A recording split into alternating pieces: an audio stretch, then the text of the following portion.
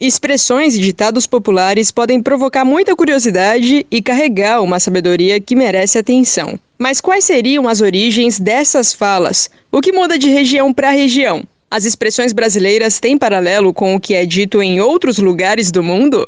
Num bate-papo cheio dessas curiosidades, vão conversar comigo a Maria Emília Oliveira Carleto, que no mestrado está estudando linguagem, sujeito e discurso na Universidade Federal de Uberlândia. E a pedagoga doutora em educação pela Universidade de São Paulo, Olíria Mendes de Menes, que mais tarde também fez letras. Esse é o 4º episódio de uma série que a gente está fazendo aqui no Ciência ao Pé do Ouvido sobre a nossa língua. E eu sou Josiele Ingrid, jornalista na Diretoria de Comunicação da UFO. Se você quer mandar o seu comentário ou tem sugestões, quer fazer uma crítica, quer mandar uma pergunta para os pesquisadores responderem aqui no programa, manda áudio para a gente. O nosso WhatsApp é 9966-2021. Fácil de decorar, né? 9966-2021 com DDD 34. Já fica aí o convite também para você nos seguir em alguma plataforma que você mais gosta mesmo. A gente está no Google Podcasts, no Breaker, Rádio Public, no Spotify, na Amazon, no Deezer, Apple Podcasts, onde você preferir. Na descrição tem lá o que acontece em cada minuto. Olíria Gimenez e Maria Emília, obrigada mais uma vez pela participação de vocês aqui no podcast. No primeiro episódio dessa série, a gente chegou a comentar sobre um tipo de variação linguística no Brasil, que é o regionalismo, né? Quando a gente tem diversos nomes para a mesma coisa, e daí, num lugar, por exemplo, a mexerica pode ser mexerica, em outro pode ser bergamota, em outro tangerina, em outro mimosa ou laranja cravo, enfim. Mas é tudo aquela frutinha laranja que a gente descasca, tem vários gomos por dentro, normalmente com sementes em cada um, e há quem goste dela mais azedinha, embora eu prefira mais docinha. Mas é isso, né? Muitos Brasis dentro de um país que é continental e tem características próprias dependendo do lugar. Qual que é a explicação para uma única coisa ter tantos nomes diferentes num mesmo território? Essas influências têm a ver aí com... Tem a ver com essa questão do regionalismo. E uma outra coisa é que a escolha a gente fala na linguística de signos, o que dá nome às coisas, né? As palavras a gente chama de signos na linguística. Eles são aleatórios, assim. Então, por exemplo, o que a gente chama de cadeira não tem, assim, uma explicação por que essa coisa que a gente senta, que tem 4 pés, chama-se cadeira. Foi uma convenção. Escolheu se chamar assim, então não tem explicação, sabe? Algumas palavras, elas é assim, pronto, a gente tem que aceitar assim. Mas a gente tem outras palavras que a gente consegue captar a origem delas. Muito clássico, né? O mouse, por exemplo, né? De quem usa computador de mesa ainda, né? Aquele negocinho que parece um rato. Vem daí o nome, né? A gente chama de mouse, porque no inglês é rato, e aí olhou-se para aquele objeto, nossa, parece um rato, e resolveu chamar de mouse, e a gente incorporou na nossa língua, né? Não tem um nome no português para aquilo, é mouse, vem do inglês porque pareceu-se com um rato aquele objeto. Então a gente tem algumas palavras que a gente consegue captar essa origem porque estão relacionadas com outras, ou, por exemplo, a diferença, né, da mexerica, bergamota e etc. Aqui, assim como a mandioca e macaxeira, né, é regional, é uma diferença regional. A expressão segurar vela nasceu na época em que velas eram a principal fonte de luz nas casas. Na Idade Média, os mais jovens seguravam a vela para que os mais experientes pudessem realizar, no escuro, algum tipo de trabalho braçal.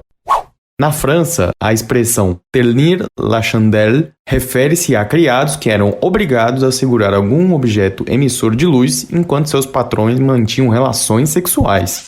Mas os criados ficavam de costas para manter a privacidade. Essa explicação é por causa daquilo que a gente vem falando, né, das diferentes línguas, dos diferentes povos, então isso influenciou a nossa variedade linguística mesmo. Aí eu moro em Petrolina, Pernambuco. A gente fala: e aí, mestre? E aí, tá tudo bom? Está tudo bem, graças a Deus, entendeu? Oxente, como é que pode um negócio desse aqui, rapaz? É sério essas... Oxe, menino, hoje o negócio é arretado, você é arretado. Esse assim, que é uma pessoa firme, maravilhosa e tudo mais.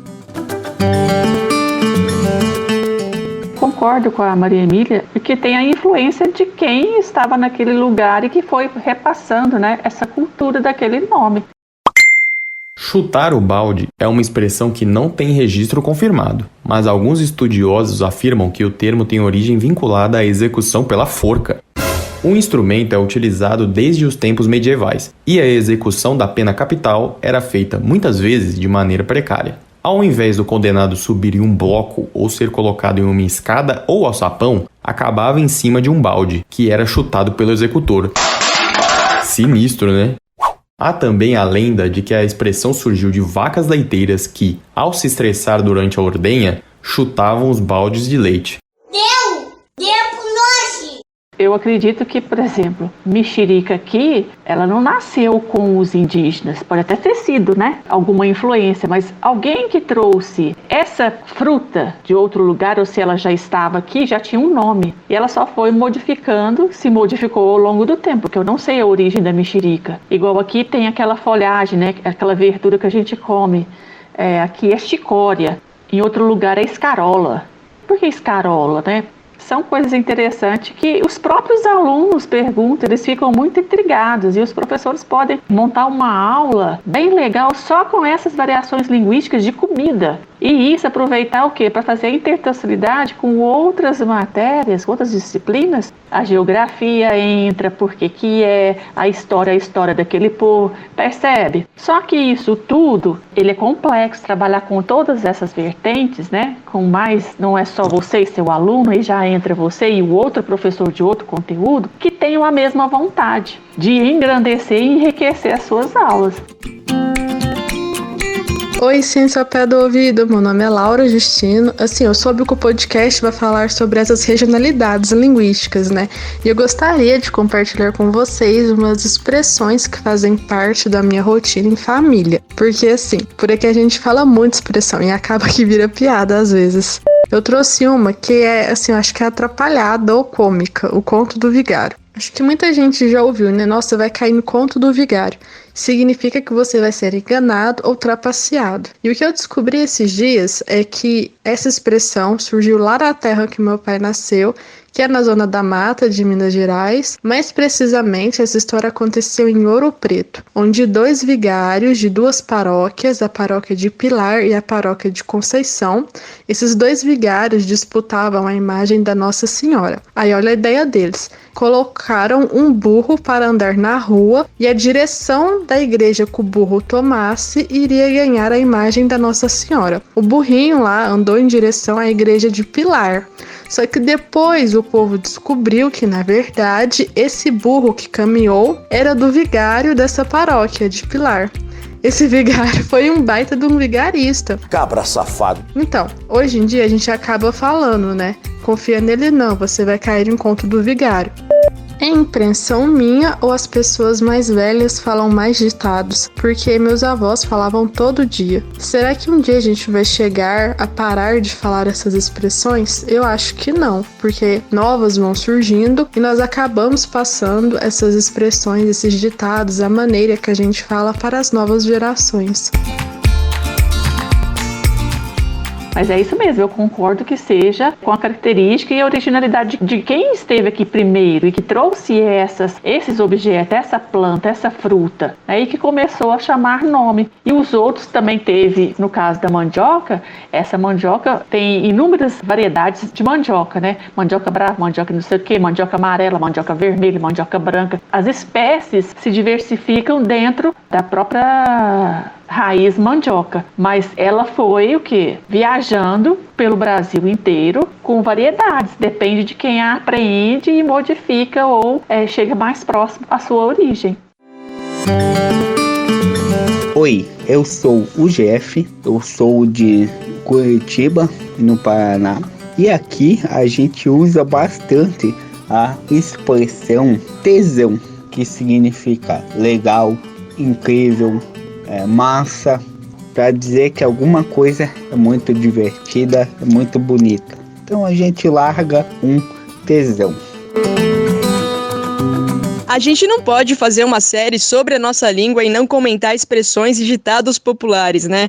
A pressa é inimiga da perfeição, amigos, negócios à parte, cão que ladra não morde. Mas como que eles se consolidam? Tem mesmo um quê de sabedoria ali ou tudo depende do contexto, depende de quem usa? Eles têm alguma função?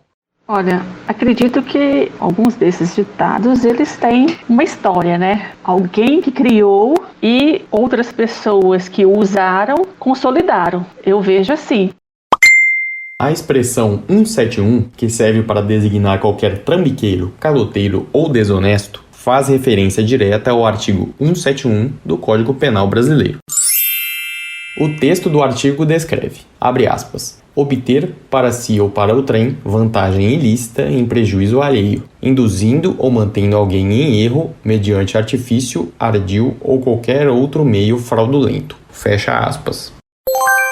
É como se fosse aquelas músicas de carnaval lá do Nordeste, que depois a gente escuta uma vez e não sai da boca, né? Aí ficou a musiquinha daquele ano é aquela. E foram sendo propagados, né? Eu acho que o dito popular é assim, e que cada região tem a sua. Não que um dito popular seja único para o Brasil inteiro. Eles também têm as suas variações, porque eu posso fazer um ditado aqui, a gente usa um ditado em Minas Gerais, mas que em outros lugares do Brasil eles não conhecem. Existe algum parecido que mudou alguma palavra, a ordem, mas se relacionam com a mesma coisa. Eu vejo como isso. E brasileiro é muito criativo, né? Eu acho que não existe ditado popular, não sei, né? Posso estar falando bobagem aqui. Existe ditado popular em outros países? Ou nós também importamos e traduzimos isso e fizemos alguns deles como ditado popular? Eu não sei essa resposta, mas eu acredito que dentro da sua regionalidade, ele é específico daquele povo. O que você acha, Maria Emília?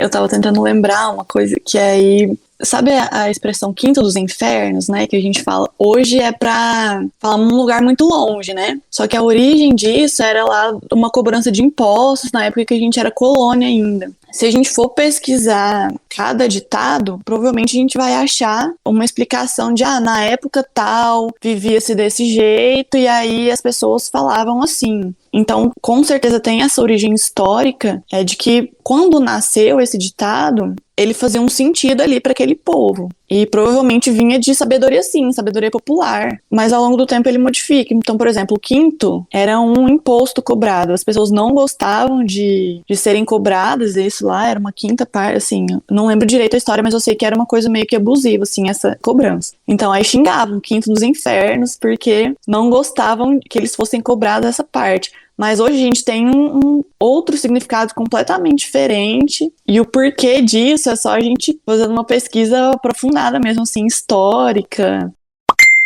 A expressão santo do pau oco tem origem vinda de uma gambiarra secular. Na época do Brasil colonial, o imposto sobre ouro e outras pedras preciosas era altíssimo. Para burlar a coroa portuguesa, mineradores enchiam o interior de santas ocas feitas de madeira com esses bens preciosos. Com a dita artimanha, esses mineradores passavam pela casa da fundição sem pagar impostos abusivos. Hoje, a expressão é designada a pessoas dissimuladas. Eu acredito que esse nome ditados populares, talvez ele não exista em outras línguas, mas eu acredito sim que tenham expressões com esse mesmo sentido, sabe, que a gente fala aqui. Legal. Para quem tiver curiosidade, enquanto a gente conversava, eu lembrei do Gringo Dictionary. É um perfil no Instagram que traduz expressões peculiares nossas aqui do Brasil para o inglês. Provoca um outro olhar, assim, um pouco de fora, né? Às vezes é engraçado também.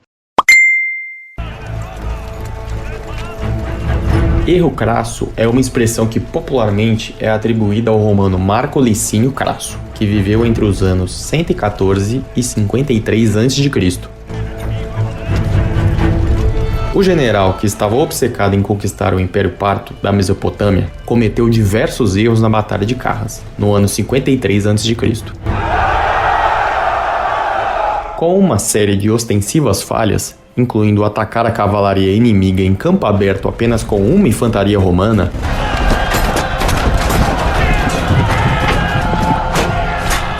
Crasso morreu e teve seu exército dizimado. Bom, esse já é o 4º episódio que a gente faz junto, então, de novo, obrigada pela presença de vocês, Olíria e Maria Emília. Semana que vem a gente fecha essa série. Obrigada eu. E também tem uns bordões, né? Às vezes você tá fazendo uma coisa e acaba falando. Na minha rotina eu ouço bastante certos bordões. Eu acho que as novelas e os narradores ditam essa moda. Por exemplo, o narrador Theo José fala: "Não, não é assim." Não é assim.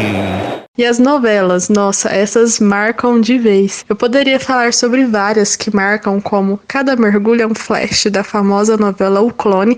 Cada mergulho é um flash. Mas eu gostaria de deixar aqui a minha homenagem ao grande Orlando Drummond, que faleceu no dia 27 de julho desse ano, 2021. Ele não era só ator, dublador. Ele era uma pessoa incrível, bondosa, carismática, de um coração gigantesco que todo o Brasil podia sentir o seu carinho. Ele dublou personagens da nossa infância, como Scooby-Doo, Salsicha, olha eu aqui. Scooby-Dooby-Doo. o Popeye. Eu sou o marinheiro Popeye. E fica aqui registrado no Ciência ao Pé do Ouvido um dos seus bordões enquanto ele interpretava o seu peru, da escolinha do professor Raimundo. Peru varonil, cultura para todo o Brasil. Obrigado por tudo, Orlando Drummond, e obrigada ao Ciência ao Pé do Ouvido por ter esse espaço pra gente conversar. Um abraço. Você ouviu ao longo desse programa vozes, além das entrevistadas, diferentes do habitual. Foram de ouvintes que a Laura Justino, cuja voz a gente também soltou nessa edição, colheu sobre o tema. A Laura é estudante de jornalismo na Universidade Federal de Uberlândia e faz estágio na divisão de divulgação científica da UFO, assim como o Rodrigo Souza, que gravou as 5 curiosidades de expressões populares que você ouviu durante esse episódio. Eu tava aqui pensando sobre o que a Maria Emília disse, de que quando um ditado nasce, ele faz muito sentido, né? Especialmente para as pessoas da época, que estão vivendo determinadas circunstâncias, que carrega ali uma sabedoria popular mesmo. Vários são meio que atemporais, mas nos dias de hoje, assim, será que a gente também poderia criar ditados? Poxa, 2020, 2021, Brasil, eu arriscaria nesse contexto, que já é um ditado ou expressão bastante popular dos nossos dias. O brasileiro não tem 1 segundo de paz. Ai, gente, é sobre isso, sabe? Eu deixo, então, o meu muito obrigada por você ter me acompanhado até aqui e repetindo o que eu disse lá no início, tem uma dúvida, quer que um cientista responda? Manda áudio pra gente no WhatsApp 9966-2021 com DDD 34. Gostou desse episódio? Acha que o nosso trabalho é bacana? Além de compartilhar com outras pessoas, segue a gente na sua plataforma de podcasts preferida. Isso dá um up pro nosso trabalho. Na próxima terça-feira eu volto com mais discussão sobre a nossa língua, dessa vez para falar sobre a possibilidade que a gente tem de libertar ou oprimir, simplesmente pelas palavras que a gente escolhe usar no dia a dia. Parece pouco, mas é muito. Um abraço para você, até lá, se cuida, fica bem. O Ciência ao Pé do Ouvido é um podcast da Divisão de Divulgação Científica da DIRCO, a Diretoria de Comunicação da Universidade Federal de Uberlândia. A coordenação é da jornalista Dielen Borges. Toda a comunicação imagética dessa temporada está por conta da Viviane Aiko, estudante de design e estagiária. A divulgação dos episódios nas mídias sociais e colaboração geral está comigo, Rodrigo Souza. Eu estudo jornalismo e também faço estágio aqui na UFO. Produção, roteiro, captação de áudio, entrevistas, montagem, edição de áudio, mixagem, finalização e, claro, a apresentação são da jornalista Josiele Ingrid.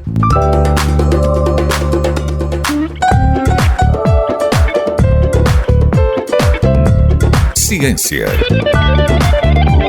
ao pé do ouvido.